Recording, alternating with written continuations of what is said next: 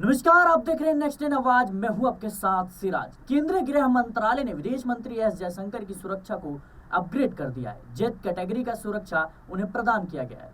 अब बात आप करेंगे कि ऐसी क्या बात है कि डायरेक्ट हम सुरक्षा की बात कर रहे हैं। दरअसल कनाडा में खालिस्तानी समूह ने कुछ नए पोस्टर लगाए हैं जिसमें विदेश मंत्री एस जयशंकर के अलावा प्रधानमंत्री नरेंद्र मोदी की भी तस्वीरें शामिल है। पोस्टर में इन्हें कनाडा का दुश्मन बताते हुए इनकी हत्या की बात कही गई है, या यूं कहें इनको जान से मारने की धमकी दी गई है।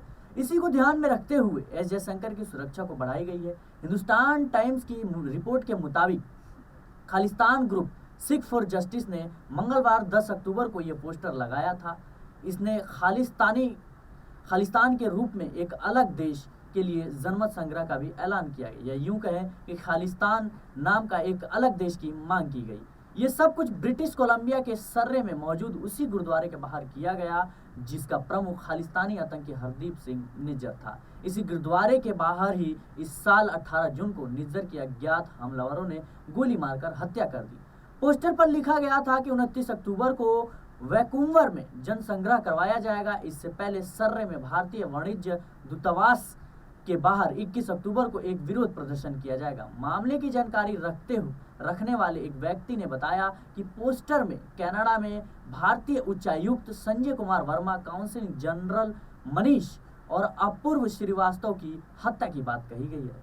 पहले भी इस तरह के पोस्टर लगाकर भारतीय अधिकारी को चेतावनी या यूं कहें कि धमकियां भी दी गई। कनाडा में पोस्टर का गेम ऐसे समय पर शुरू हुआ है जब खालिस्तानी आतंकी गुरवंश सिंह पन्नू ने भारत को गीधड़ भभकी दी है, या यूं कहें कि धमकी दी है। उसने फलस्तीन के हालातों को बयां करते हुए कहा कि सिख फॉर जस्टिस भी हमास की तरह हमले को अंजाम देगा।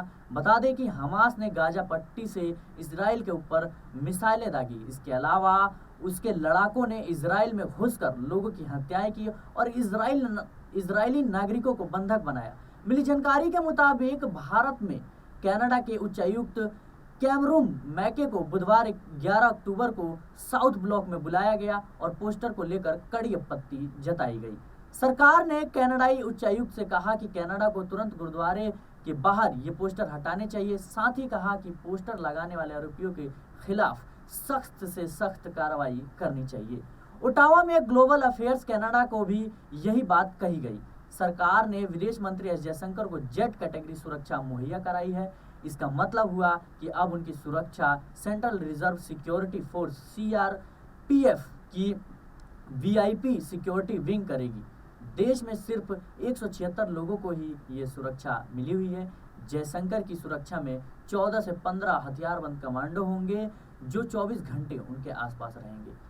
एक अलग देश की मांग करना, सिख फॉर जस्टिस ग्रुप का जो नाम है, जो कनाडा में जिसकी उत्पत्ति हुई, आखिर वो एक भारत से अलग देश, सिखों के लिए अलग देश क्यों चाहता है? आखिर भारत में क्या सिख सुरक्षित नहीं है? या भारत में सिखों के सुरक्षित उनके अधिकारों को खतरा है? आखिर जो हमारे देश के जो सिख है वो उनका भी यही मानना है कि उन्हें खालिस्तान नाम का एक अलग देश चाहिए। आखिर क्यों चाहिए? खालिस्तान और भारत का क्या कनेक्शन है? क्या भारत में एक साथ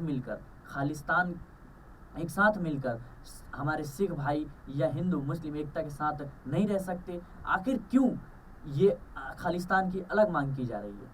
फिलहाल हमारे जितने भी हमने ग्राउंड रिपोर्ट पे देखा कि जो हमारे भारत के सिख समुदाय के लोग हैं वो खालिस्तान को सपोर्ट नहीं करते और उनका ऐसा कोई मांग नहीं है। लेकिन मीडिया कर्मियों द्वारा, जो मेन स्ट्रीम मीडिया है, उसके जरिए लगातार एक समुदाय को बदनाम करने की कोशिश की जा रही है और उन्हें आतंकवादी करार दिया जा रहा है। फिलहाल इस मामले में आप क्या राय रखते हैं, हमें कमेंट बॉक्स में ज़रूर बताएं। आप देखते रहिए नेक्स्ट इन।